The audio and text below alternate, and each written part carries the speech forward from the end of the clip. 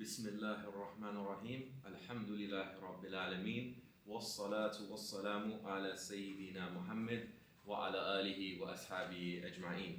Assalamu alaikum wa rahmatullahi wa barakatuh, dear respected attendees and viewers to this lecture on the life and legacy of Sultan Abdul Hamid II. And Sultan Abdul Hamid II should be an inspiration to all of us, because he was not only strong in his administration, his governance, he was strong in his deen. He was very diligent in how he practiced Islam. He was strong in his morals, in his principles. He was a true epitome of a Muslim ruler. He is someone that we should all take inspiration from. Whether you're trying to get into politics, whether you're trying to just, be a leader in your business ventures, whatever the case may be, whatever leadership position you would like to acquire, Abdul Hamid should be an inspiration for all of us, inshallah. But before I talk about the rise of Abdul Hamid II and the rise of the Ottoman Empire, we need to talk about why learning the Ottoman Empire is important. So, for the vast majority of the scholars, the ijma is that the Ottomans were caliphs. The Ottomans were caliphs, and so it's a big part of our history, the Khulafa. However, some do say that the Ottomans weren't caliph. I have to put that out there because as a historian, you have to put both sides. But even if you don't take that opinion, they still ruled such a large amount of territory from Budapest in the north. They were at the gates of Vienna. Imagine if they took Vienna, the whole of Europe would have been Muslim. Aden in the south, which is modern day Yemen, Baghdad to the east, and Tripoli to the west. They even had Algeria, but that was more like a vassalage state. Furthermore, many people in this room come from a country that used to be ruled by the Ottoman Empire. So it's not just, Islamic history, it's your own history as well. It's your own, ethnic history, because many people in this room come from a country that was once ruled by the Ottoman Empire. As I said, all the way, if you're from Europe, the Middle East, North Africa, or the Arabian Peninsula. But before we get into the context of Abdul Hamid's reign, we need to talk about the rise of the Ottoman Empire. Who were the Ottoman Empire? How they came to be, and what was the situation that Abdul Hamid inherited. So, the Ottoman Empire started in 1299 CE by a man called Osman Ghazi. And at this time, the Ottoman Empire were basically a warrior state. They would go and take a village, a bit of land, a bit of, a farm, whatever the case may be. They'll just take small bits and pieces in Anatolia. Then his son comes into power, Orhan I. And this is where we start to see cities falling to the Ottoman Empire. For example, Bursa. And then they go to Europe in 1354. At the same time, they take Edirne. They also take Ankara in Anatolia. It wasn't like a metropolis like it is today, but it was a very important town with a lot of history. Then the preceding sultans, they continue to take land. But the Ottomans hit a big problem at the start of the 15th century. And that is, a civil war breaks out. Most notably known as the Ottoman Interregnum. This was a civil war between four contenders to the throne. And the reason for this was that there was a battle between Bayezid I and a ancestor of Genghis Khan by the name of Timur. So they fought at the Battle of Ankara in 1402, and he captured Bayezid, and he later died in captivity. Afterwards, there was a whole civil war between the four brothers, and this nearly destroyed the empire within. This nearly destroyed the empire before it even started. But Mehmed I, he manages to save the ship, and then his descendants continue to conquer lands and expand the borders of the Ottoman Empire. And one case of this was Mehmed II, who conquered the prized city of Constantinople in 1453. Not only that, when he conquered Constantinople, he fomented religious coexistence 200 years before Europe done? Because the Europeans, they created this treaty in 1648 called the Peace of Westphalia. Yet, Mehmed II created religious coexistence 200 years prior, in 1453, as he gave the different religious communities in Istanbul autonomy over their banks, their churches, their schools, their synagogues, whatever the case may be. There was complete autonomy for the Greeks, for the Armenians, for the Jewish community, the Bulgarian Christians, whatever the case may be. Then after him, we have Bayezid II, then we have Selim I, who has a very controversial legacy in history, because it was very brutal, but he did claim the caliphate for the Ottoman Empire. So the Ottomans, they waged war against the Mamluks in 1516 to 1517. And Selim I, he decisively defeats them.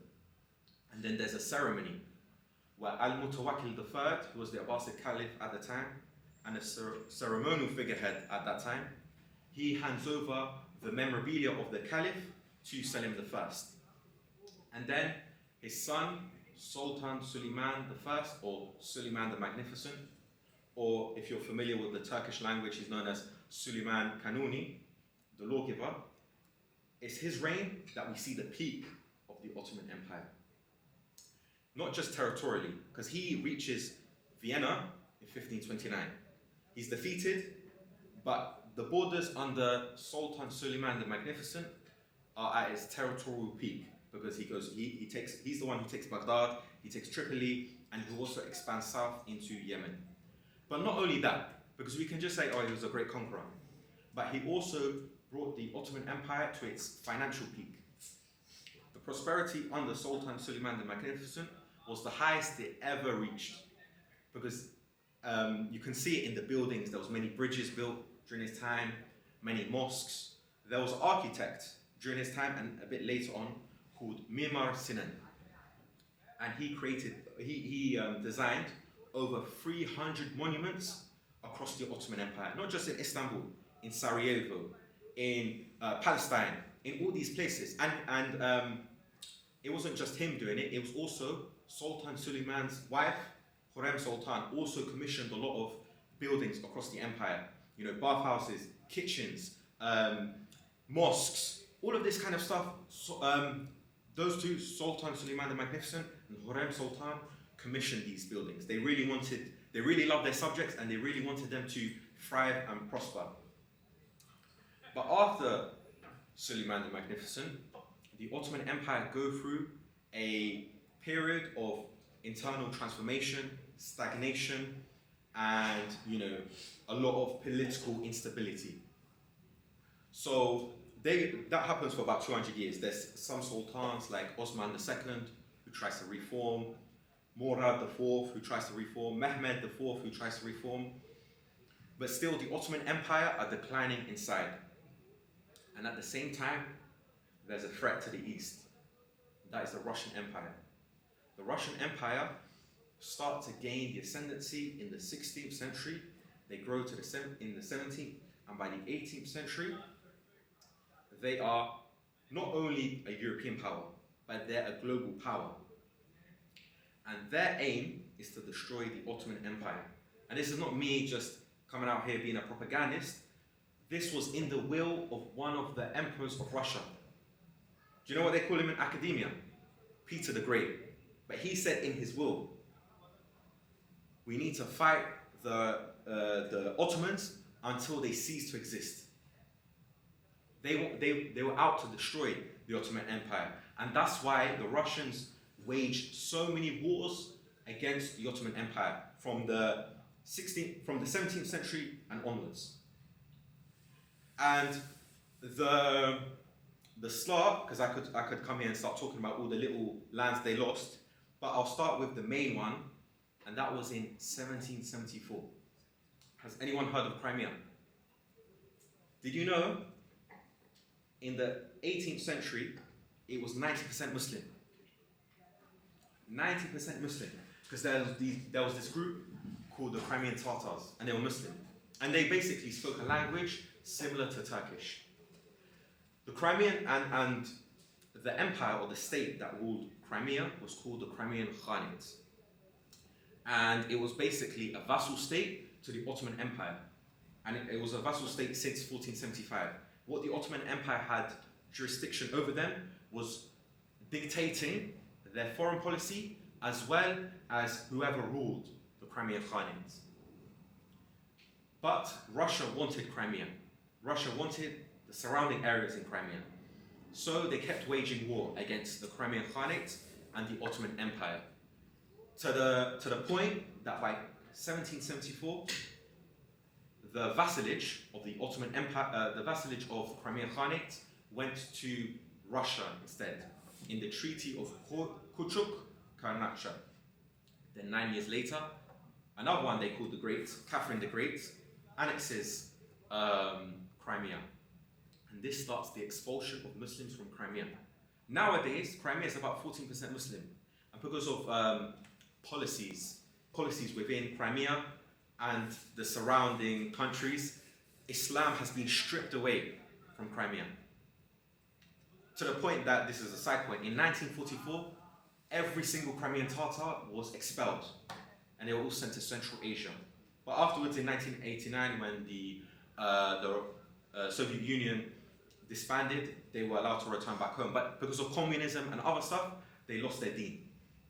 But back in the day, there was mosques everywhere. There was big palaces. It was literally part of the Ottoman Empire. But that's just the first bit of territory that gets lost. From 1783 up until 1876, when Abdul Hamid comes into power, there is so much land lost that is unbelievable. Firstly, at the start of the 19th century, we have the Serbian Revolution. In 1804 and in 1815, they gained independence.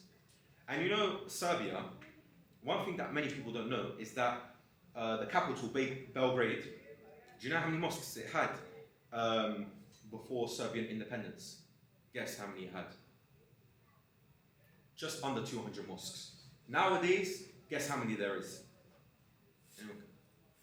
Only two. Only two. So we have Serbia. And Belgrade was like a Muslim city back then. Serbia gets lost. Then the nationalism continues to spread. In the 1820s, Greece declares independence. And Greece wasn't like 100% Muslim. It was about 30% Muslim. But the Greeks, they start their war of independence in the 1820s. And the 1820s is probably one of the worst eras in the Ottoman Empire's history. Because in 1826, there's a big rebellion, the Janissary Rebellion. So the Janissaries were these very strong soldiers that basically helped the Ottomans conquer Constantinople, Budapest, and all across Europe and Asia. But the Janissaries became corrupt, weak, and they weren't able to conquer anymore. But every time someone tried to reform the army, tried to reform the Janissaries, the Sultan would get deposed. Osman II got deposed because of that. And Osman II, we don't really talk about him much in academia, but if you look into him, he's a very, good ruler that if he had more time, he would have done great things. But again, this is Allah's qadr at the end of the day. So the Janissaries, they revolt because the Sultan at the time, Mahmud II, is trying to reform the army. They don't like him, so they rise up. Mahmud II puts it down, but then he has no soldiers at all. Guess what happens 2 years later? The Russians declare war because of what's happening in Greece. So the Russians, with their veterans, with their strong army, defeats the Ottomans, who have a weak army full of inexperienced, adults. The Russians defeat them. But the problems don't stop there, because in the 1830s, a man by the name of Mehmed Ali Pasha, he declares war on the Ottoman Empire. Mehmed Ali Pasha is a soldier of fortune. He was Albanian from a Greek city. He got sent to Egypt after 1798 with the Napoleon invasion of Egypt. and then he climbs up the ranks and he becomes the de facto king. He becomes the king, and he allies with the Ottomans, because Egypt was under the Ottomans. He was like, let me just be king, have a hereditary rule, but I'll give you bay'ah. But then afterwards, Mehmed Ali Pasha grew power hungry. He wanted Syria. He wanted more land. So he invaded the Ottoman lands, and he was at Konya in Anatolia. And guess who helped the Ottoman Empire to defeat Mehmed Ali Pasha? The Russians. Why? Because they didn't want a strong Muslim power. They didn't want Egypt to rise. Because Mehmed Ali Pasha was a fantastic ruler. He's another one that, isn't getting mentioned enough in these talks and these debates. But Mehmed Ali Pasha reformed the army, the government, and many other things. Reformed the economy, many good things. That's a whole lecture in itself. But the problems don't stop there. There's even more problems. So in the 1850s, there's a Crimean War. So the Ottomans, they try to take back Crimea. But they do beat the Russians, but it's a Pyrrhic victory, meaning it's a victory that, at what cost? The setback was more than the victory, that they gained. Because yes, they beat Russia and they still kept a little bit of Crimea. They took back a little bit of Crimea. But with the Crimean War, they had to pay debts to the British and the French. And guess what they put on these debts? Riba, interest. So the Ottoman Empire weren't in debt before this, but this victory put them in debt. So it's like, why did they even go claim a little bit of land in Crimea? You have that. And then you have, in the 1860s, one of the biggest humanitarian crises of all time. Has anyone heard of the Circassian genocide? The Circassian genocide, 1.5 million people died and 1.5 million people fled to Ottoman lands. Before I talk about that, what happened afterwards, the Circassians are the neighbors of the Chechens and Dagestanis. We all know Chechens and Dagestanis because of what happened in the 90s and UFC nowadays. But the Circassians were the biggest ethnic group in that region. Do you know what was the percentage that was wiped out? Can anyone guess? 95%. Exactly, literally that. 95% of Circassians. And the reason why is because they wanted the land, but they didn't want the Circassians. Because the Circassians, they fought for about 100 years. Because the people in that region, the North Caucasus there, and even the South Caucasus, they're very warrior-like. So they kept resisting the Russians.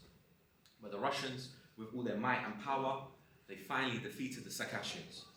So they started to go to different parts of the empire. They went to the Arab provinces. So for example, if anyone's from Jordan, the Circassians, they founded Amman in Jordan, or refounded it. And they also went to places like Haifa, and stuff like that, the Circassians.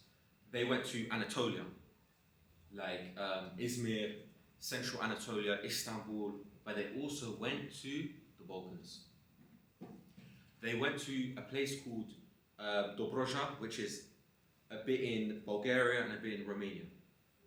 And this was probably the worst thing they could have done. Because in the Balkans, there was nationalism brewing. Lots of nationalist tensions were there. Because since the French Revolution, which is about 100 years before in 1789, there was this new idea that spread nationalism from France all the way to Europe. That's why Greece rebelled. That's why Serbia rebelled. And that's why now in the Balkans, in Bulgaria, Bosnia, Herzegovina, Montenegro, they were, they had all these tendencies. They were like, okay, I'm a Serb, I'm a Bosnian, I'm from Herzegovina, I'm from Macedonia. I want to rebel because I want my own state. I want my state alongside ethnic lands, culture, language, customs, and religion. So the Bosnians, the Bulgarians, the Bosnians, the Herzegovinians, they all rebel. They all rebel in 1875. And during this time, the Ottomans, they don't know what to do with the situation. What should we do with these people? The Ottoman government, there were some internal divisions, and then they deposed Sultan Abdul Aziz I. They deposed him because they wanted to put the constitution and instate reforms onto the Balkan regions to stop them from, breaking away and forming their own nation states. Then Murad V comes into power. But Murad V, he gets a nervous breakdown straight away into his reign. So he's unfit to rule. So they put who? Abdul Hamid II. They put him in power in 1876. And this is Allah's qadr that he was placed on the throne. Because it was meant to be Murad that was meant to rule. Because Murad was the person that had all these liberal ideas. He wanted to instate the constitution, he wanted to relax Islamic law, he wanted to do all these things within the Ottoman Empire. But due to the nature of Sultan Abdul Aziz's deposition, and he was actually, after that he was killed. When people say he killed himself, Abdul Aziz, this is not the truth. Because the way he was killed, it looks like a homicide. It doesn't look like it was a suicide. So Abdul Hamid comes into power in 1876. And while all of this is happening in the Balkans, the European powers decide to convene a conference in Constantinople. As we know today, Istanbul. They're like, what should we do in this situation? What should we do?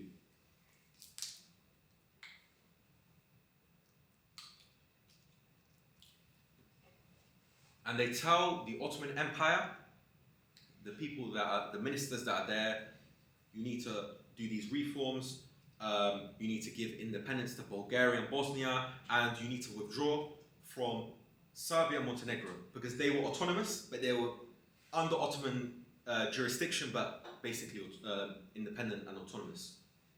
However, the Ottomans rejected this. They didn't want to give any piece of land. Why would you want to give a piece of land? You have less taxes, you would have a smaller empire, like you wouldn't want to give land up. So the Ottomans rejected this. And Abdul Hamid called in the constitution in 1876, in December of 1876. And they told everyone in the conference, we've reinstated the constitution, equal rights for everyone, no issues for anyone, you can leave now. And this didn't get taken well. The Russians then started mobilizing for war. They start mobilizing for war to destroy the Ottoman Empire.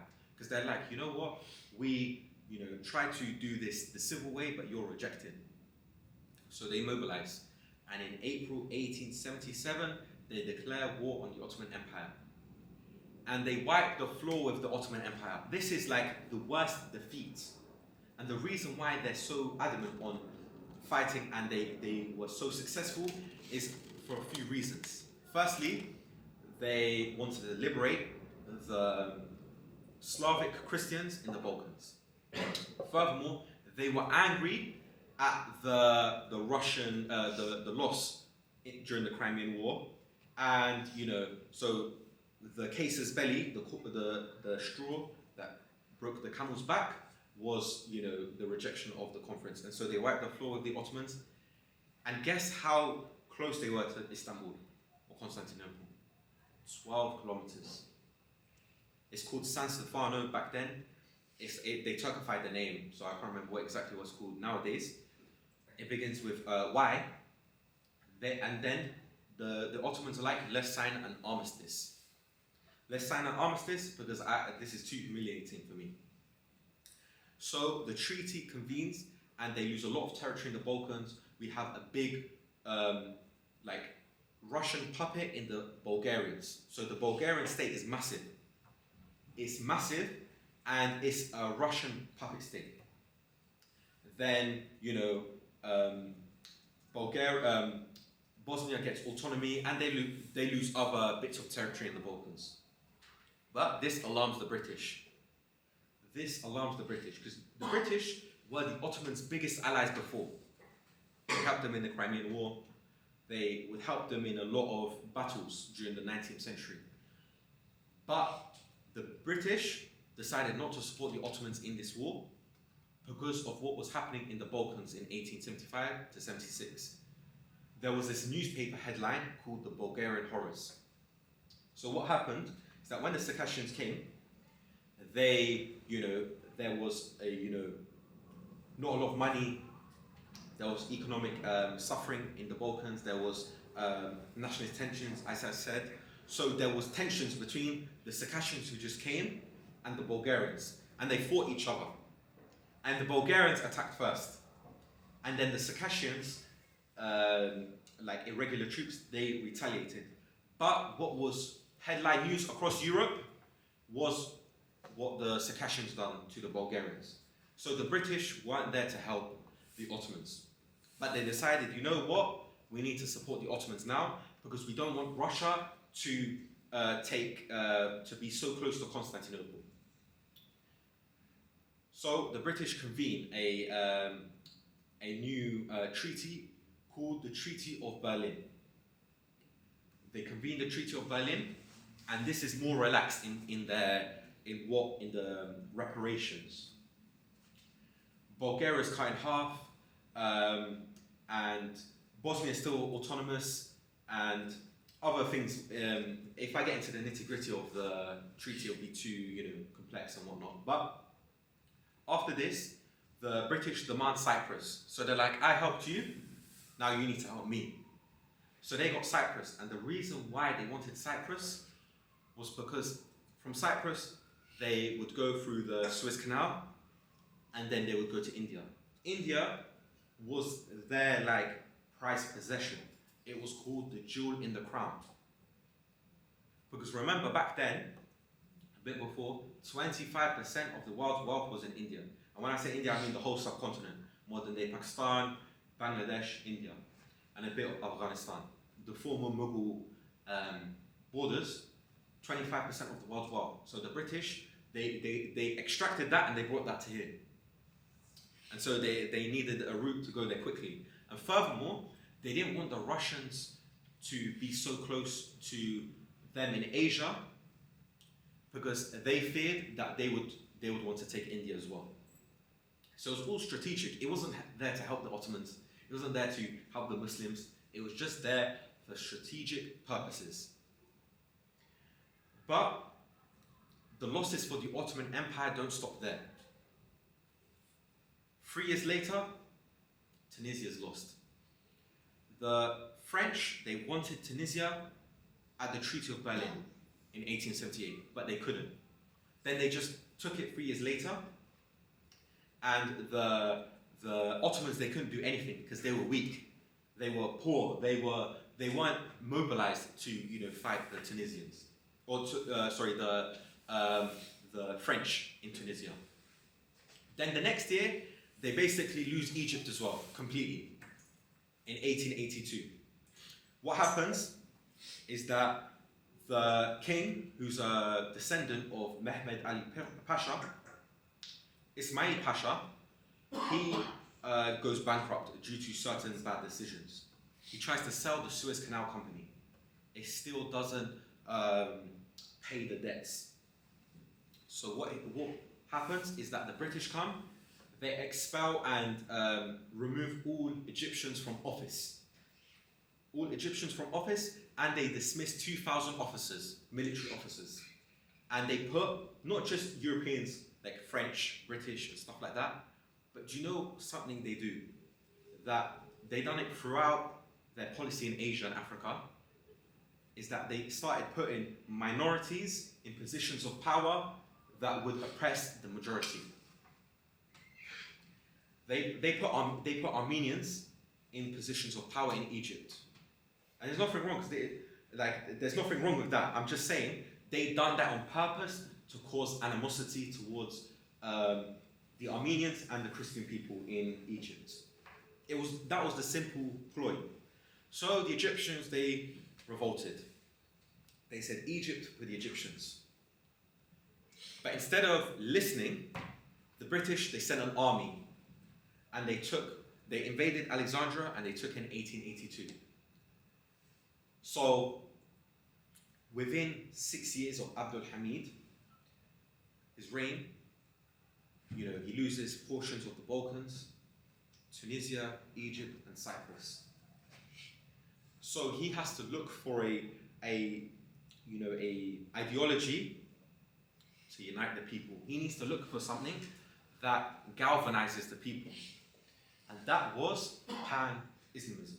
I don't like the word Islamism because it has negative connotations nowadays, but it's the only word I can kind of use because, in certain sentences it won't make grammatical sense. But regarding this ideology, he united people based on Islam, based on the fact that we're all Muslims. And he used the instrument of the Caliph to, forward this ideology. But let me give you a bit of more context to the position of the Caliph. So of course the Ottomans, before they even defeated the Mamluk Sultanate, they started to call themselves the Caliphs. But here and there, it was sparingly. It wasn't a thing where they said it every single day. For example, some of the early sultans in the 1300s, they called themselves the Caliphs here and there. Then even the rulers in the 1400s. But when they conquered the Mamluk Sultanate, that's when they became the official Caliphs. Sultan Suleiman the Magnificent started to use it as well, a lot. But after that, the Ottoman sultans, they didn't really use it that much. Because they didn't really need to. Because most of the Muslim world was under them, the Safavids or the Mughals. But, like for example, Murad IV in the 1620s, 1630s, he used it. But it was only sparingly. The only time it started to become more apparent and they started to use it more in dialogue, in documents, in everyday life, was after the Treaty of Kuchuk-Karnacha.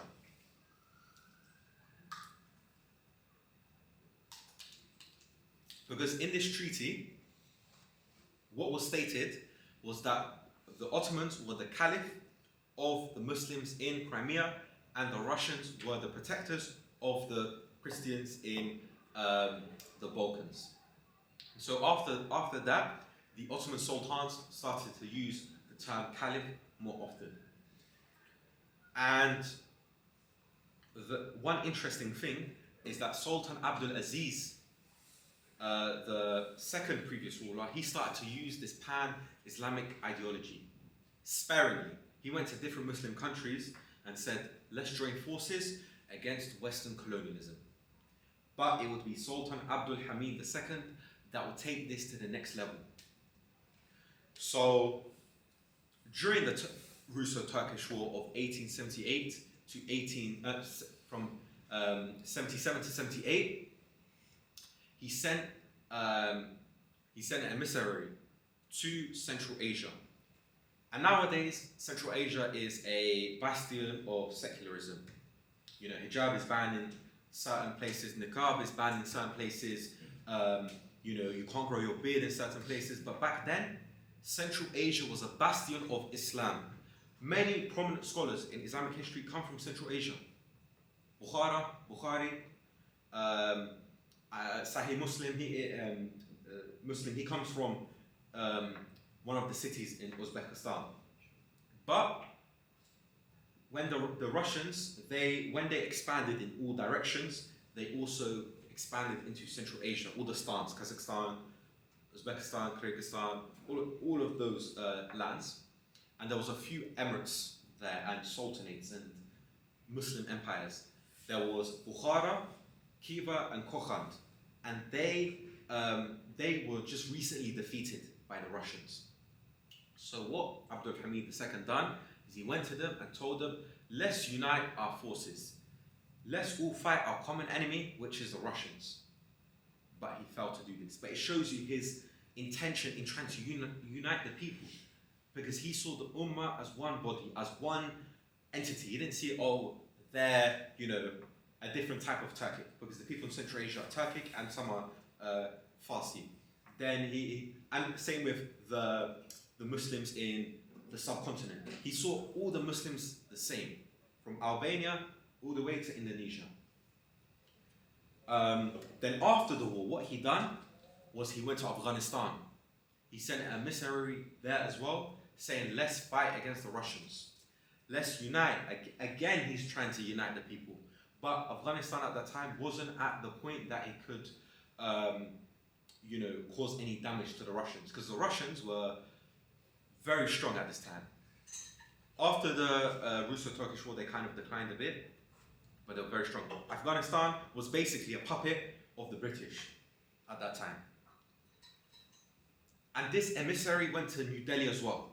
He went to New Delhi, and the people there took him enthusiastically. They were like, okay, cool, we can unite under one people. And the reason why the Muslims of the subcontinent looked towards Abdul Hamid so much, and they supported him so much, and even the Ottoman Sultanate after he went, is because once the Mughal Empire, which was the Muslim dynasty that ruled India, modern-day Pakistan, India and Bangladesh and a bit of Afghanistan, after that fell, some Muslim states appeared, but some non-Muslim states appeared, like the Marathas, who would go to Muslim villages, Hindu villages alike, and they were Hindu, and they would go and destroy these villages.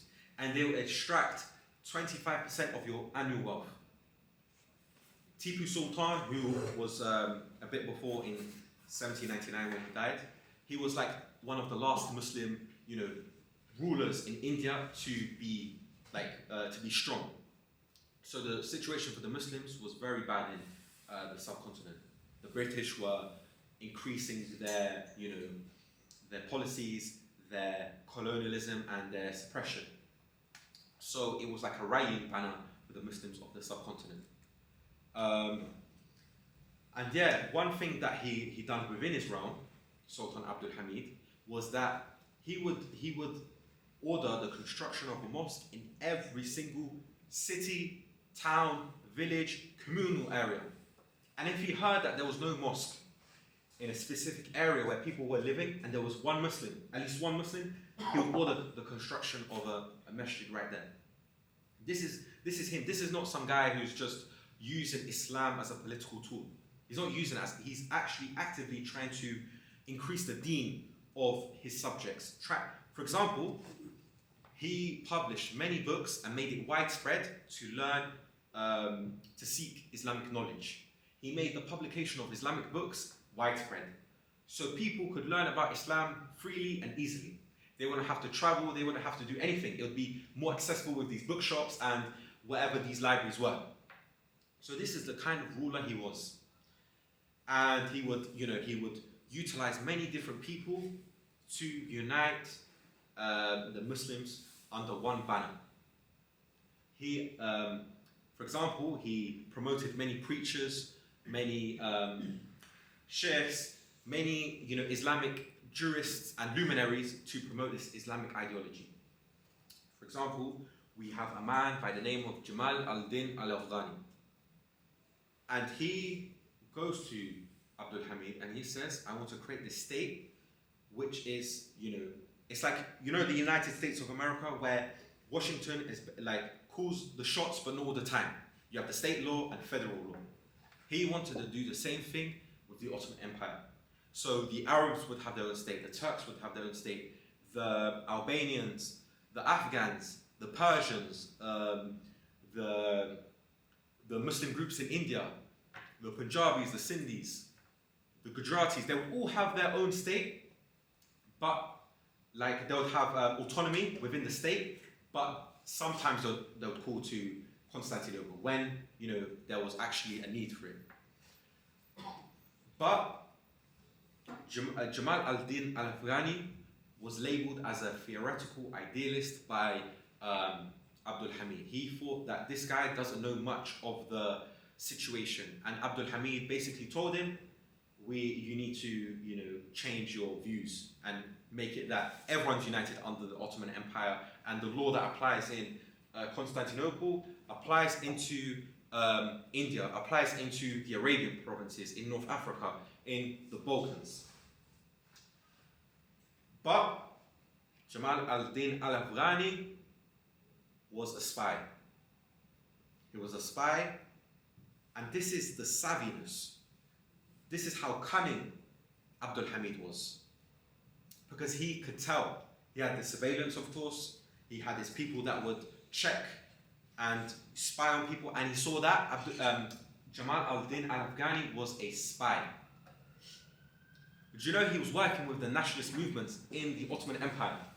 With all the different nationalist movements, he was working with them to try and undermine the Sultanate. Furthermore, guess who he was working with? The English. There was direct correspondence to the English foreign officer.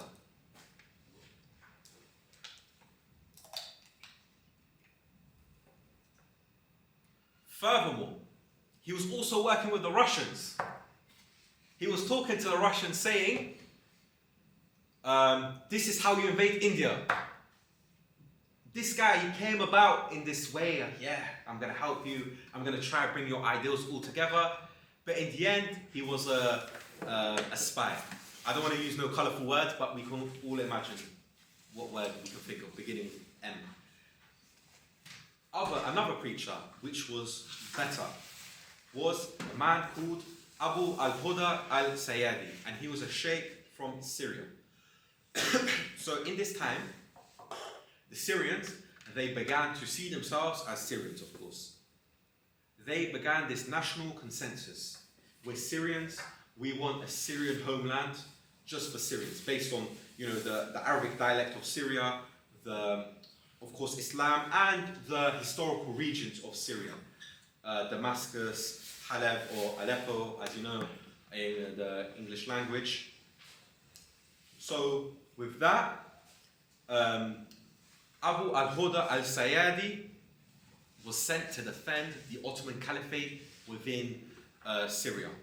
He defended it for 30 years, publishing books, publishing publications.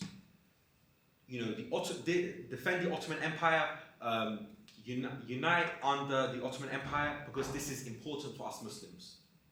This was one case. Another case was that he promoted this other preacher called Abdul Rashid Ibrahim, and he was actually born in Siberia, and he done Abdul Hamid's work in Japan. There was not many Muslims in Japan, but he was trying to unite Japan under Islam. He was trying to promote Islam in the region and bring another ally. And there's an interesting anecdote with Japan, is that they saw the situation of the West and how they're colonizing Asia and Africa. And the Japanese were like, okay, cool, we need to unite with some people. So they decided to unite with the Muslims. And they told the Muslims, we're going to convert to Islam, and we're going to join forces and we can defeat Western imperialism. And they kept saying, we're going to do a conference and going to announce it, but this never happened. This never happened. But, the Muslims, they thought this was going to happen. So preachers were sent, like Abdul Rashid Ibrahim. He was sent to try and preach the Japanese to Islam. But not only that, is that he didn't just do it for the preachers, for the scholars. He tried to make many people, be a dai. He tried to make the lay people turn into preachers. He created this institution for preaching Islam and preaching the Ottoman Caliphate, and everyone uniting under the banner of the Sultanate in Constantinople. So once they graduated from this kind of school, they would be sent, not just within the Ottoman Empire, but also outside the Ottoman Empire, to distant lands. Wherever there was the Muslim, preach to them about the importance of the Ottoman state and the Ottoman Caliphate. And yeah, as I said, don't think that he was using it for a political tool, like, oh, he was just doing anything, because he was known to pray Fajr. And I know this seems basic, right? But sultans throughout history, I'll be honest, They didn't really pray. They'll be drinking. They'll be in a haram. You know, they'll be just enjoying the pleasures of life, not really focusing on their deen. But Abdul Hamid done something that we see as basic, but was very big back then. He was known for doing a lot of dhikr and, you know, being very religious. And he managed to unite a lot of Muslims. For example, in Egypt, in Indonesia, Malaysia, India, Tunisia, Algeria, all these Muslims, they saw him as the caliph. They saw him as their ruler on earth. Because of how much propaganda, of course, but also how he managed to unite the people. And he also tried to work with Muslim leaders. For example, he gave honors. You know, like nowadays, there's the MBE, the people start being called sir, like these kind of honors. He gave them to Muslim rulers in Africa. For example, the Sultan of Zanzibar in 1880, and African tribal leaders in 1994. He done this to try and galvanize them and, you know, gain their support. He also went as far as China in terms of his unity for the Muslims. So some estimates say that in China there was about 70 million Muslims at the time. 70 million Muslims. That's one figure, right? And of course you have the Uyghurs. But you also have these Muslims called the Hui Muslims, who are Chinese, they speak Chinese, they have Chinese customs, culture, traditions, they look Chinese, but the only difference between them and the regular Chinese is the religion of Al-Islam. And so he tried to, you know, foster relations there. He created the Hamidi Institute for Education in Beijing. And it was opened in 1907, and that people celebrated and they put the Ottoman flag on top of that university or that school. Furthermore, in China, the khutbahs in China during Abdul Hamid's reign, they would invoke his name in the khutbah. As far as China, his name was invoked. You know, like they would say, "May Allah bless our caliph" and stuff like that. So it shows you the amount of reach he had and how he tried to spread, you know, his ideology of pan-Islamism. And another thing is that, you know, he was very charitable, right? He was known to distribute money widespread. Of course, he wasn't the richest. The Ottoman Empire weren't crazy rich, right? But he still was giving money to the people for charity. And it's all well and good, you know, having this ideology of pan-Islamism, you know, unite the Muslims under one common ideology. It's amazing. But if you have no backbone, if you have no principles, what's going to happen? You're going to fall flat on your face and you're going to be seen as a hypocrite. And Abdul Hamid was someone who can never be considered a hypocrite. Why? But there was a certain individual that came to him by the name of Theodor Herzl. And we all know what he wanted. We all know what he wanted. And he offered $2 billion in today's money to Sultan Abdul Hamid II to gain the permission for settlement in that specific land. And Abdul Hamid said no. He was someone strong in his principles. He said no chance at all. Who else is doing that? No one's doing that. Because people care about money more. But he didn't. The empire was fracturing. There was a lot of debts with riba. But he said no. He was okay to give Cyprus because that's his land. But he was never okay to give that part of the Middle East because that wasn't his land. That was the land of the Muslims, he said to him. This is the level of ruler that he was. SubhanAllah. He's a model for all of us. You know, be strong in your principles. Don't just be. You got the picture up there as well. That man, yeah. Yeah, strong in his principles. You know. Another thing. Moving swiftly on regarding the Ottoman Empire. And the Muslim world in general in the 19th century, it was in the worst situation it has ever been. I was having a debate with one of my friends many months ago, and we said, what's the worst century for the Muslims? Is it the 1200s or the 1800s? Because in the 1200s, Baghdad gets lost or destroyed, Cordoba gets lost, 1236, Sevilla, Valencia, and Central Asia gets decimated by the Mongols. Or the 1800s, Algeria gets lost, Greece gets lost, the Mughal Empire gets lost. Lots of places get lost in the 19th century due to colonialism. So when another war happened at the end of the 19th century, this war changed the perception of the Muslims, and that was the Greco-Ottoman War.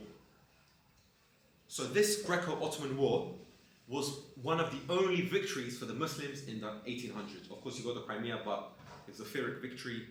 After that, of course, the Mughals, they lost. Circassian genocide, Crimean Tatars getting expelled, Muslims in Central Asia, they also leave. For example, Kazakhs, in China, okay, China's population is very big, but there's a large percentage of Kazakhs in China. Why? Because when the Russians came down, they expelled the Kazakhs to China. You know, Kazakhstan is over 20% Russian. When it should be 90% Russian, or 90%, 95% Kazakh, because it's their native land, right? The Russians, they would go and expel people, as they've done in the North Caucasus, in Central Asia, in Crimea, in all these places. So the Greco-Ottoman War, it gives the Muslims.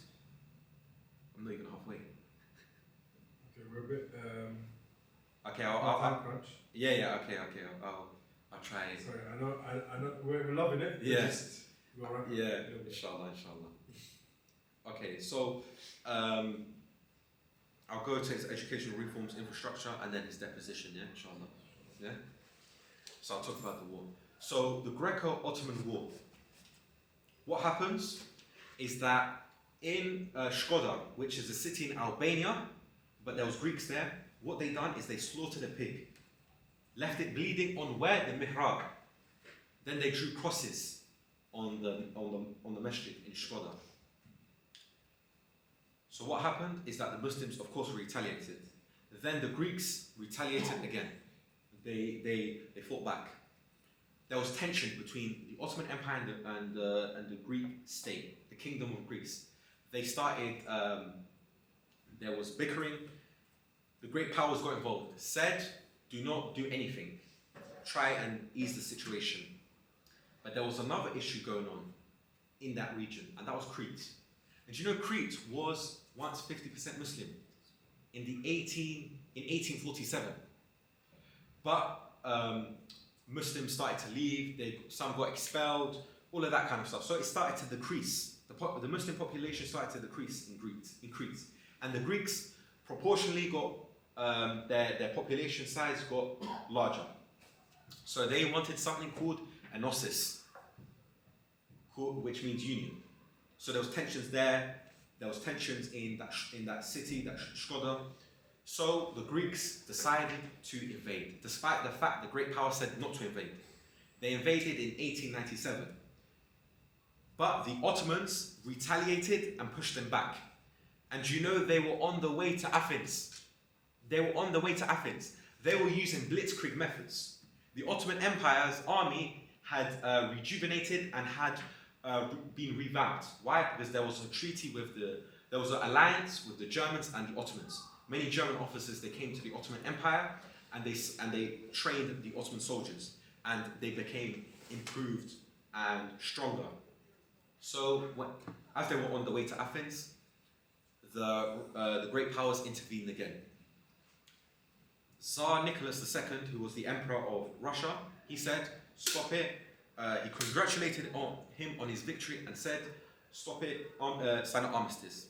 And the Ottoman Empire demanded 10 million lira I don't know how much equivalent that is, and Thessaly, a big part of Greece, back.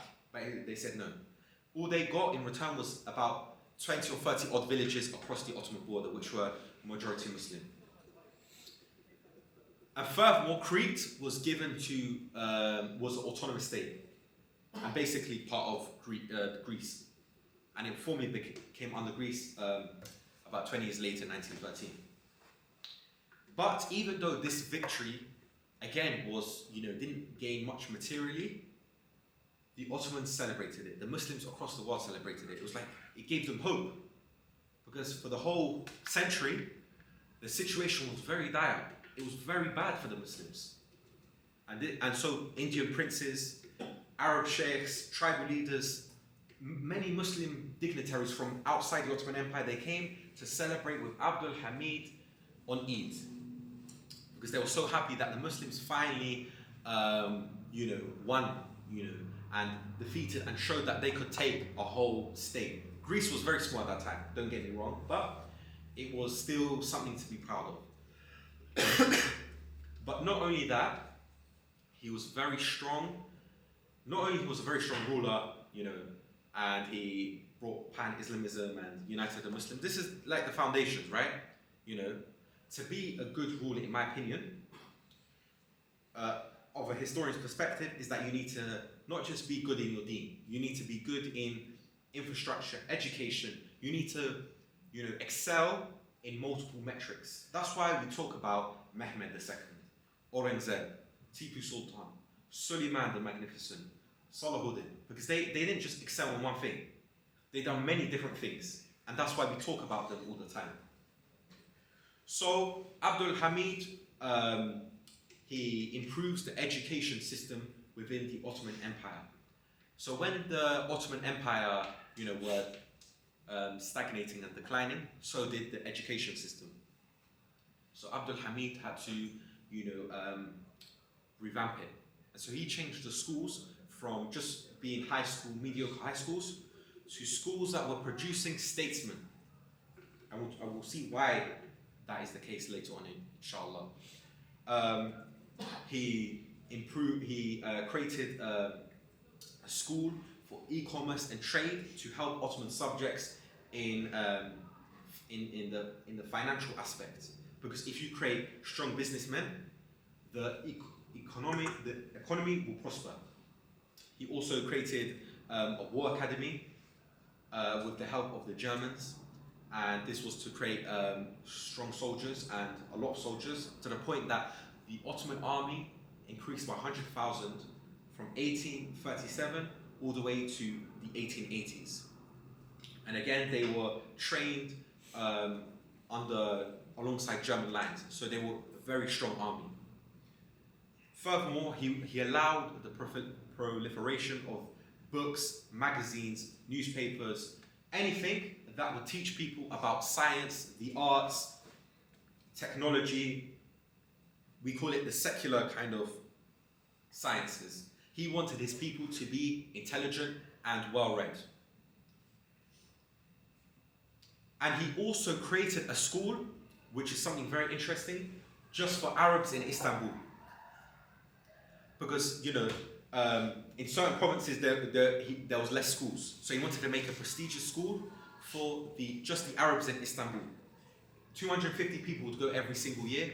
They would go there, they'll have a 4 to 5 year curriculum. And then afterwards, they'll go to the war academy. So he was integrating all the Muslims in his state.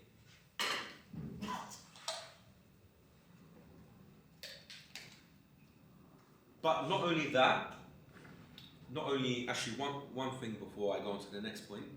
By the time Sultan Abdul Hamid was deposed, there was over 10,000 schools and a very smooth primary, secondary, and higher education system. It was very well mannered, well thought out, and very smooth. 10,000 schools, Education became accessible because of Abdul Hamid II. But also the infrastructure improved massively under Sultan Abdul Hamid II. There's two things that they say about Abdul Hamid II's reign. They say it's the Islamic period, but they also say it's what? The railway period. Why? Because so many railways and railroads were created during this time. So many.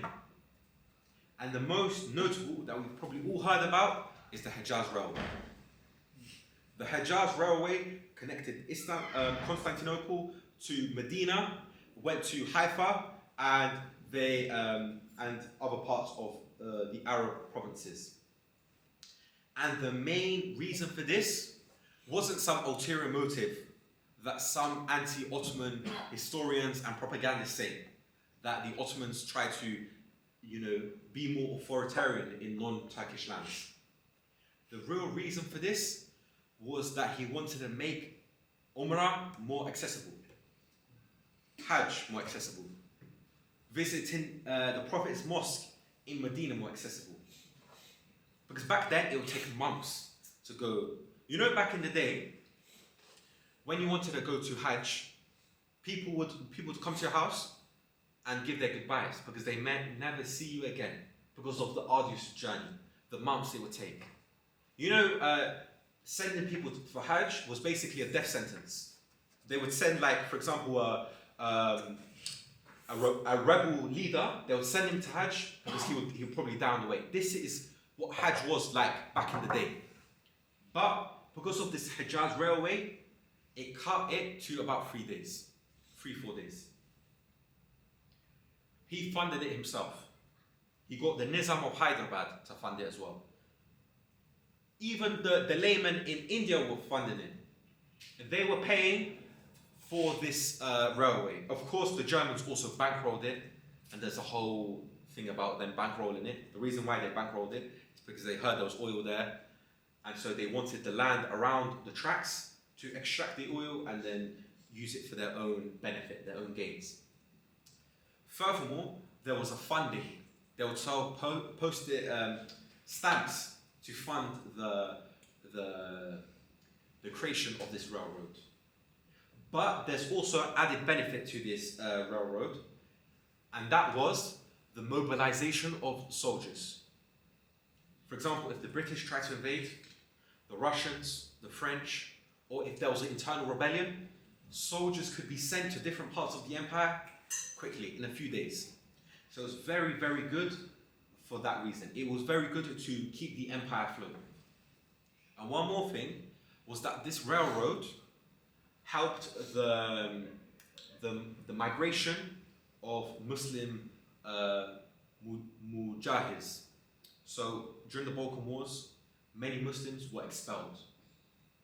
Nearly 500,000 Muslims were expelled from the Balkans. It's called the the genocide of Muslims during the Ottoman contraction.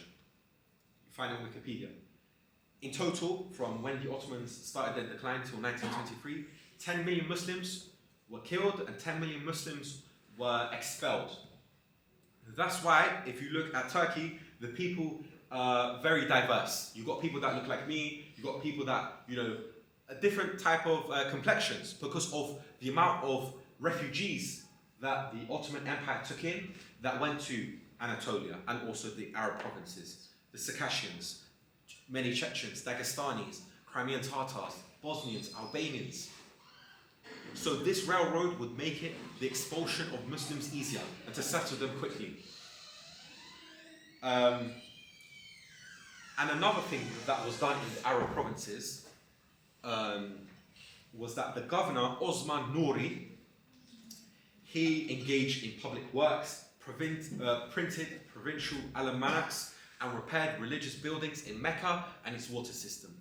So there was this investment in every single part of the empire, even outside the Arab provinces, in the Kurdish regions, the Turkish regions, the Albanian regions.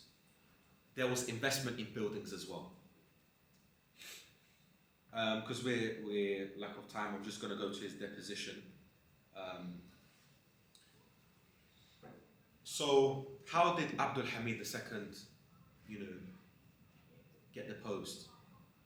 It wasn't the British. It wasn't the French. It wasn't even the the nationalist movements within his empire that caused the end of Abdul Hamid's reign. It was the very people he educated, subhanallah. The very people he educated were the people that deposed him. So, as I said, he created all these institutions, all these schools, all these places of learning. But they were breeding grounds for nationalism. So in 1889, students of the Military Medical College, they start this secret society.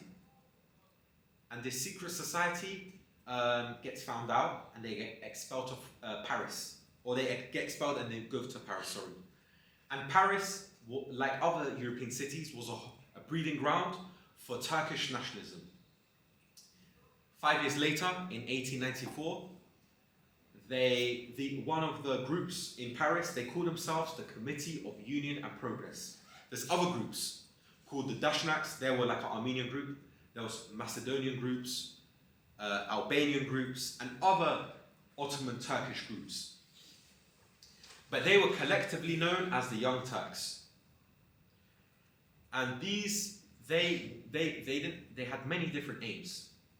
But the two things they united on was constitution and removing Abdul Hamid from power. After that, there was minor differences and even major differences. But those were the two things they really wanted to do.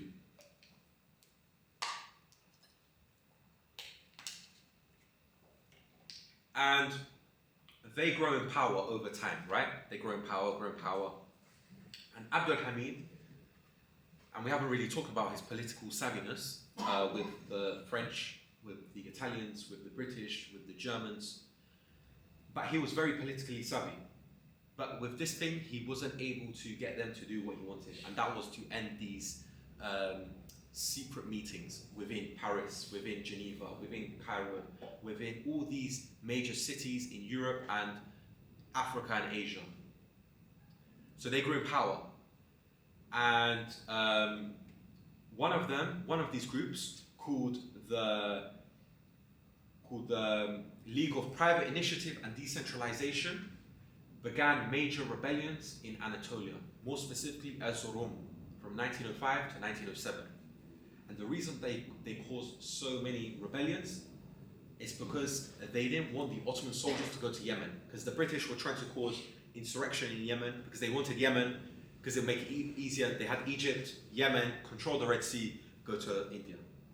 Literally, India was what they wanted. They had to do everything they could to control the route to India. So they were causing problems in Anatolia. Meanwhile, in the European part, what remained of the Balkans, something happened that changed history forever, or Ottoman history forever. And that was the Committee of Union and Progress merged with another society, the Ottoman Freedom Society in Thessaloniki. And Thessaloniki now is part of Greece, but it's part of the Macedonian province. And because of that merging, they got a new kind of backing, and that was the Third Army. The Third Army, and they got a man called Ismail Enver, who's known as Enver Pasha later on. So they have the army, and they have, they have the numbers now. They start spreading their propaganda across the Balkans. Across the Balkans, they start spreading their propaganda. Towns, cities, there's all these, CUP, buildings and meetings and leaders. But their main goal was Western Anatolia. Why? Because if they started their revolution from Macedonia or Thessaloniki, the soldiers from the Ottoman Empire, from Western Anatolia, they would clash. They would be the main force that stopped them. So they were trying to create, an allegiance with the army in Western Anatolia. So they were successful in that. Then tensions started to brew. They couldn't hide anymore. They were very secretive. You know what's very interesting is that the Young Turks, the Committee of Union and Progress, they were so secretive that we don't know much. There's all these kind of conspiracy theories. And if I talk about these conspiracy theories, then I'll get shut down, so I can't talk about it, but do your own research. And this is all academic opinions. Just to put it out there, now I can't say anything. I'll shut this whole operation down. So, they show themselves. And they give an ultimatum to Abdul Hamid II, saying there'll be bloodshed and the dynasty will be in danger if you don't restore the constitution. However, this was halted. So this was somewhat halted for a bit. But the British and the Russians, they started to, try and dip their fingers within the situation.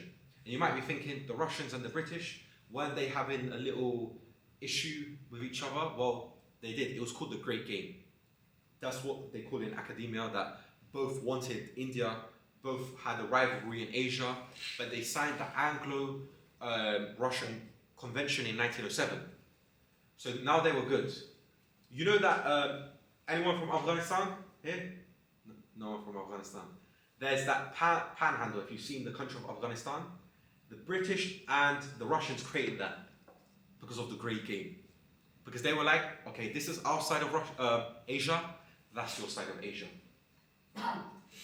So that part of Afghanistan is the legacy of Russian and British imperialism.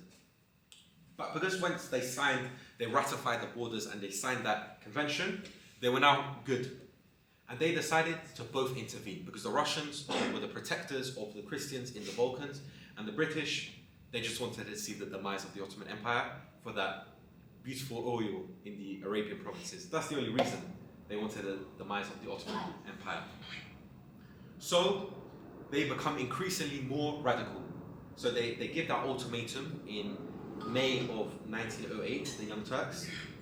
June, the British and the Russians start to do their thing, dip their fingers. And then in start of July, the Young Turk Revolution begins. They take to the hills, civilians are armed. It's a very brutal rebellion. Not proper brutal, but it's a bad rebellion. And within 3 weeks, they forced Abdul Hamid to reinstate the constitution.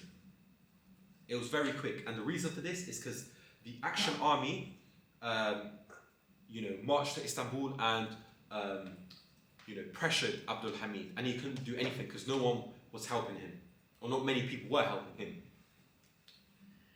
So the first elections get called within the Ottoman Empire, but there's a group of people that are dissatisfied with this, and those are the people that are strong in their deeds, the Muslims that are pious, that are religious, that are, very strong in their association with their religion. Because they're like, Western law has overtaken Islamic law. The Sultan has no power anymore, the Caliph has no power anymore. So they start a counter-revolution. On the 31st of March, well, they call it the 31st of March incident. It was actually in the Gregorian calendar, which we use today, was the 13th of April, 1909. They start this counter-revolution. And it's like sheikhs are involved and people that are very Muslim, like Muslim students as well. Like people that want Islam to prosper within the Ottoman Empire, they support this revolution, this counter-revolution. They manage to push the CUP out of Istanbul, all the way to Thessaloniki again, but they regroup, they create this army called the Action Army, and they march back to Istanbul. And before they enter Istanbul, they have a secret meeting where they depose Abdul Hamid. Where they decide, okay, when we win, we're going to depose Abdul Hamid. They arrive to Istanbul. And this army, called the 1st Battalion, the leaders of this army, the 1st Battalion, they say, O Sultan, O Caliph, can we fight back? they sought his permission, and he said no. He didn't want any bloodshed. He knew that he could have saved his power. He could have saved his power saying, yeah, fight to the death. But he didn't want any bloodshed. This is the Sultan that Abdul Hamid was. This is the level of character, the morals, the principles. He didn't want his subjects to die for no reason, because he saw that this was a pointless battle. Because most people would support the Committee of Union and Progress, the Young Turks. They had the majority of the army. But they did fight, but that was some rogue leaders. Then they convene an official council in Istanbul. These CUP members, the Action Army, and people, the high dignitaries. And they say, we need to remove Abdul Hamid II. So he's removed in April of 1909, and he is sent to Thessaloniki. A very ironic, right? The revolution started in Thessaloniki, and he got sent there. And he lives in Thessaloniki up until 1912, on the eve of another war, the Balkan Wars. And in 1912, they take him and they bring him to Istanbul, where he lives up until 1918, where he returns back to Allah. And there's a little known war between 1914 to 1918. Can anyone guess what war it was? World War I. And even though he got deposed, and even though he was in exile, he was in exile, and then after he was in house arrest, basically, he was still getting informed on what the Ottomans were doing. And when they were losing, he would get upset. And when they won, because don't get it twisted, the Ottomans, they did lose World War I in certain parts, but they actually won it in other parts. In the Caucasus, they won certain battles afterwards. But he was getting informed, and when the Ottomans would win, he would get happy. When the Ottomans would lose a battle, he'd get sad. And so when he dies, do you know who attends his funerals? The people of the Committee of Union and Progress, the Young Turks. And they realize what a mistake we have done. Because you see Abdul Hamid, he didn't lose much land. Okay, cool. Cyprus, Egypt, Tunisia, and a bit of the Balkans. But after that, he didn't lose anything really. Nothing. However, when the Young Turks came into power, do you know what they lost? Libya in 1911. I would have got into Libya. The Italians took Libya after Abdul Hamid, because Abdul Hamid II, he prevented the Italians from taking Libya. The Ottomans then lost all of their Balkan lands in 1912 and 1913. Then 1914 happens. What happens in 1914? World War I. Then 1916, what happens? A certain rebellion from the Arab lands happens that decimates the Ottoman Empire. So when his funeral happens, and they're looking at a rump state meaning like a very small state, they're like, what have we done? They're all sad. They're all, they regretted what they done. It's unfortunate that I couldn't talk about all his, policies and what he done, because you would appreciate even more him as a savvy and cunning ruler with how he dealt with the British, the French, the Germans, the Italians. But with that being said, Jazakallah khair everyone for listening. Any good is from Allah, any mistakes is my own. Assalamu alaikum wa rahmatullahi wa barakatuh. Jazakallah khair, Right, yeah. as always. If it's okay, Yeah. I know we have had some time issues. Just My fault. he's Muslim now, so he's doing like the brown man culture. If it's okay, can we open up to a few questions? Yeah, as many questions as you want. It could be on Ottomans, it could be on Andalus. We are going to make it as quick as possible. Yeah. I'm going to be biased, so I'm going to start with my own question, inshallah. Okay. It's sort of a two-part question, but I'm Okay. going to try to merge it into one and be a bit. Inshallah. So the two parts is, you mentioned some really important facts. I think obviously as a historian, you almost come to understanding that our history, especially Islamic history, is not just something that's theoretical. Yeah. It's not just something that's bookish, it's something that's practical. And of the many, many concepts you've mentioned, you mentioned two that really stood out for me, which is number one, which is unity, and number two, which is the steadfastness of people like Sultan al-Hamid. Yeah. So Of those two, naturally, you know, you mentioned 1200s, 1800s, the Ummah was tortured and oppressed, as is today, realistically. How would you implement those two concepts today? We obviously believe Islam is practical. Yeah. Islam is something that is implemented practically, and we've only seen the Ummah being protected under Islam. So looking at the reality of the bombings and the killing and the rapes and the murders, how do we implement those two specifically of the unity and the steadfastness? So, the unity, what I'd say is that, yes, we might have differences in madhabs, in aqidah and all of that kind of stuff, but we can't just, you know, say, oh, I can't chill with that guy, I can't chill with that guy, I can't talk with this person because, you know, they might have a different inclination. You have to first unite upon Islam. Then afterwards we can sort out that later, right? We can all sort out what we should follow, all of that kind of stuff. But we're all, you know, Sunni Muslim at the end of the day, and that's what we need to unite upon. We need to start with Fajr. Fajr is very important. You know, wake up for Fajr, pray that. You know, always have that taqwa, that tawakkul. Do everything with intention.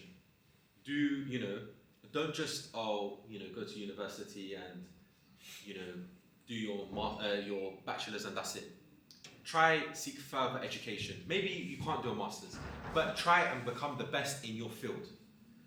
If you become the best scientist, the best historian, the best mathematician, if we all start to excel in different avenues, then what will happen?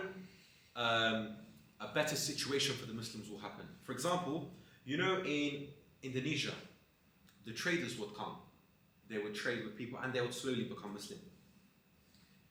Then, you know, a higher figure would become Muslim. Then and then the Sultan, then the ruler himself, the Sultan, became Muslim as well.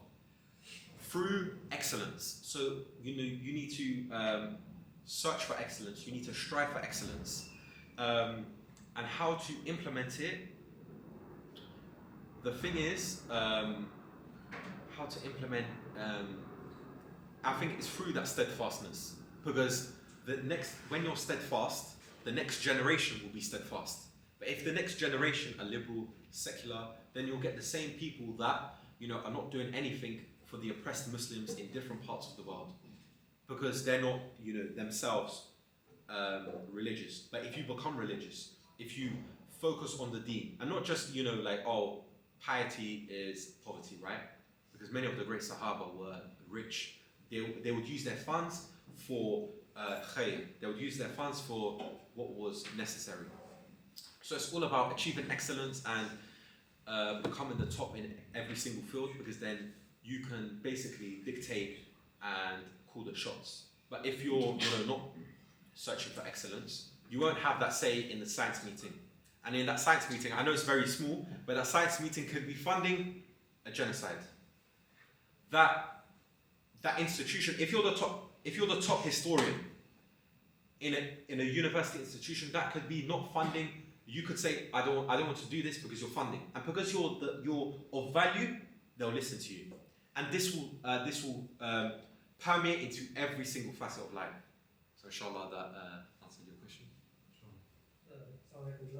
Wa alaikum salam. One thing that you hear a lot, specifically pertaining to the Islamic Khilafah in general, but also in terms of Islam ruling under a state point of view, is that the reason why it declined and what aided that decline was some things like, for example, the loss of the Arabic language and the lack of ijtihad being implemented, and certain things like that. First, would you agree with that?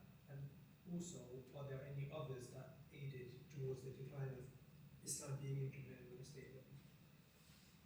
Could you just repeat that? So effectively, some people make the argument that certain factors such as the loss of the Arabic language and the decline of ijtihad being implemented led to the decline of Islam being implemented on a state level. Would you agree with that? And would you also say there are other factors that also led to the decline of Islam being implemented? Okay, so Could you repeat the question as well? Just for the camera.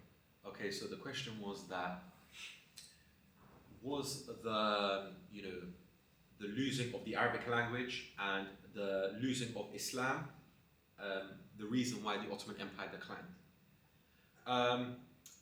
Yes, but it's multifaceted, right?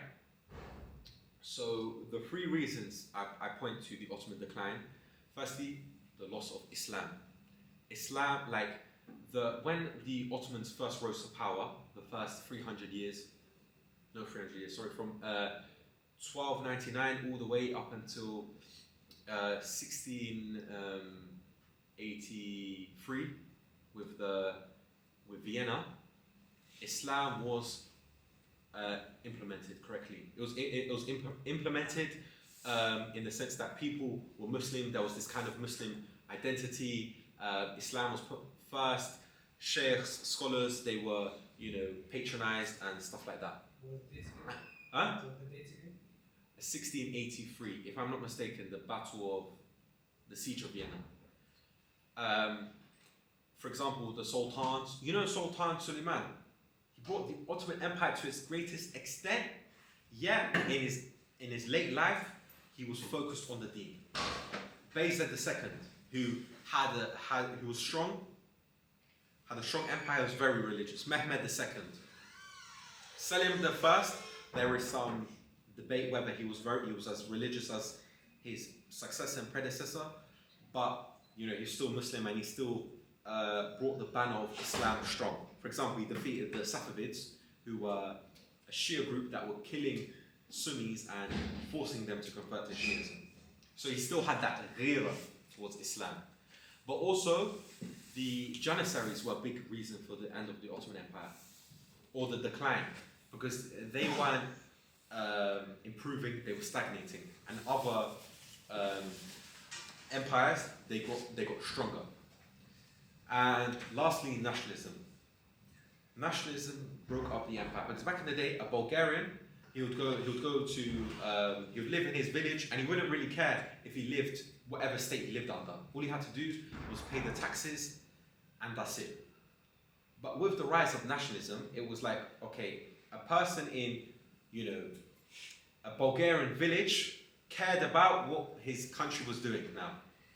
That's what nationalism done. It basically made people care way too much about the state they were living in. Of course, it's important, what the state is doing, what the laws are. But back then, the laws wouldn't really affect you, right? So they would all pay homage to the Sultan, give him his taxes, and that's it. So that is the three main reasons why the Ottoman Empire fell. But I think to say one is more than the other, I would disagree, because everything culminates to bring something. Like, for example, the downfall of all empires is not just one thing; it's multiple different factors. Yeah, inshallah, that answers your question. I'm gonna go. There's one more question. Or do you have a question? Yeah, some of them are sent online as well. Okay. So I'm going to go through a couple of them. Number one is, how do we respond to those who call the Ottoman colonizers who are unfair or unjust in treatment? So people that call the Ottomans colonizers okay. who are unfair and unjust in there. Okay, so the Ottomans, they had this Malay system, and it actually started with Mehmed II. Mehmed II started this Malay system, basically. Every religious leader would be your ruler. So if you're a Christian, if you were a Jewish person, if you were whatever denomination you were, you wouldn't actually obey the Sultan. You would obey your patriarchate, your rabbi, the leader of that was your ruler, basically, and you had autonomy. You had autonomy to your schools, your banks, your universities, your everything was basically autonomous. They let the non-Muslims live. And what's very interesting is that the non-Muslims, they sought the Sharia. They sought the Sharia law. So there's two historians, Amnon Cohen and Donald Quartet, and they both state that the non-Muslim subjects within the Ottoman Empire went to the Sharia courts in terms of not stopping forced marriages, for provisions for their daughters, and many different things. And furthermore, the Ottomans were not colonizers because around Anatolia, it was still Greek up until the Greco-Turkish population exchange of 1923. It was actually, what happened is that, of course, Muslims would settle, but many of the Muslims in the Balkans that became muhajirs after, they were native Bosnians, Bulgarians, Serbians. They became Muslim through a variety of different factors. Of course, there's that Orientalist perspective, the jizya, they didn't want to, they wanted to have better, opportunities reach the government. There was also other opportunities. There was dawah being spread. Nowadays we think dawah is being spread in central London or on university campuses. There was dawah, people going to different people and spreading Islam, proselytizing people. So the idea that the Ottomans were colonizers was far from the case, because they didn't really force the Turkish language on other places. They didn't force Islam. They didn't force culture, religion, anything like that. They didn't. Afterwards, there is expulsions and that kind of stuff, but that is under the Young Turks. The Ottoman sultans never instituted any kind of discrimination policies against their non-Muslim subjects. Right, yeah. Any other questions from the room? Go ahead, bro. Due to time, some other questions, you're going to mention some other topics. Can you give a list of where you missed out? Okay, so I missed out on, I basically talked about it, the British interference in Yemen, the Aqaba affair, how the British tried to foment rebellion amongst the Arabs, amongst the Kurds, amongst the Armenians, and their allegiance with Germany, and what the Germans actually really wanted to do. I know I talked briefly about it, but there's way more that could be talked about. So maybe a part 2 or another time, inshallah. Any more questions? Okay, I'm going to take another one from the questions that were submitted in. Okay. Within the series about Abdul Hamid, there is a heavy emphasis on Tahsin Pasha being a confidant of the Sultan, as well as Mahmud Pasha, was quite a conflicting character. How true was this in real life, and how do we have any evidence of this? Okay, so let me just talk about shows first and foremost. I think every single historian doesn't like shows. Well, like Piatet, Ertugrul, because these shows, they mix truths with falsehoods. So they make up stories, and some stories, yeah, they're true, but they're exaggerated and whatnot. So I haven't watched any of these historical shows. I only watch documentaries whenever I can.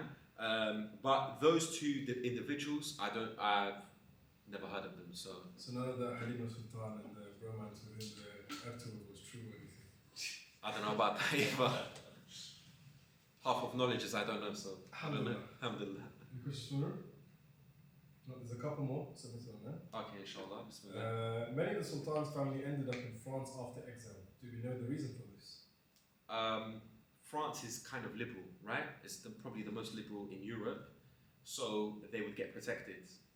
They would also and also, this is a side point, but a lot of exiles from Germany, Ottoman Empire, they would go to London as well, because London and Paris were basically where you could be safe from any type of assassination attempt or whatever the case may be. So these European states would keep these revolutionaries or these exiled individuals safe and sound. But they wouldn't, and another reason, the reason why they wouldn't keep the Ottoman Sultan, the one they expelled in 1922, Mehmed V, and then Mehmed VI, if I'm not mistaken, because if they stayed there, they could be a figurehead for an insurrection, a counter-revolution. That's why they had to exile Abdul Hamid and then keep him on house arrest, and then the sultans afterwards in the last caliph. One more. The last one that we got online was, I visited Yildiz Palace last year. Unlike the beautiful Yildiz Masjid, the palace and its contents seem to lack care and consideration, particularly surrounding the life of Abdul Hamid. Do you have any insights on this, and what the thought process surrounding this was? I don't know. Okay. Yeah. But generally, maybe if I can link this a little bit on the you've already touched upon this, but the influx of secularization in society, where you almost see it where even in our daily lives, but also on a state level as well, where towards the decline was the less Islam you implement, the less you, I'd say, propagate Islamic characters, the less the society becomes practicing. Yeah. I don't know how to phrase that question. But yeah, I think that was just more of a comment. Inshallah. Any other questions from the room? Come on, I know you got questions. Yeah, you mentioned 1200s and 1800s. Yeah. Which one do you think was worse? Oh, so I had this debate. Yeah, we had this debate in a park in Germany, of all places. That's what when you chill with historians. Yeah, that's all you do, just debate. I personally would say the 1800s, sorry, was the worst time for the Muslims. Yes, Baghdad was destroyed. Yes, Cordoba was destroyed, and I've got lectures on Spain and what happened to Cordoba, Valencia, and Sevilla. But what happened as well in the 1800s was absolutely devastating. Like the Mughals got destroyed. No more Muslim rule in the subcontinent. The Ottomans lost a lot of their territory. Millions of Muslims got killed, millions of Muslims got expelled, and the homeland of the Muslims were ruled under colonial powers. And these effects are still to this day. 18th and 19th century colonialism still affects the 21st century. So this is why I would say the 1800s is the worst period for the Muslims. You had a question? Yeah, I was wondering how familiar you are with the financial structure that the Ottomans ran. So how stringent were they in riba and controlling the banks? Because during that period, the colonial powers were funded through these banks, and so how did they structure themselves, their financial systems? So financially, I'm not sure, but the only time they did riba finally came into the Ottoman Empire was in the 19th century. So apart from that, I'm not very savvy on the financial. Do you know what the source of income for the sultans was like? Was it just of course, the jizya up until it was abolished, all types of different taxes, and certain parts would be custom fares. Custom duties. For example, you go through a place, you would have to pay, or travellers, they would have to pay a certain amount of money. So yeah, through many different methods. But yeah. So when we talk about the Ottomans, some people, like you said at the beginning, say that they were legitimate Khulafa, and some say that they weren't and whatnot.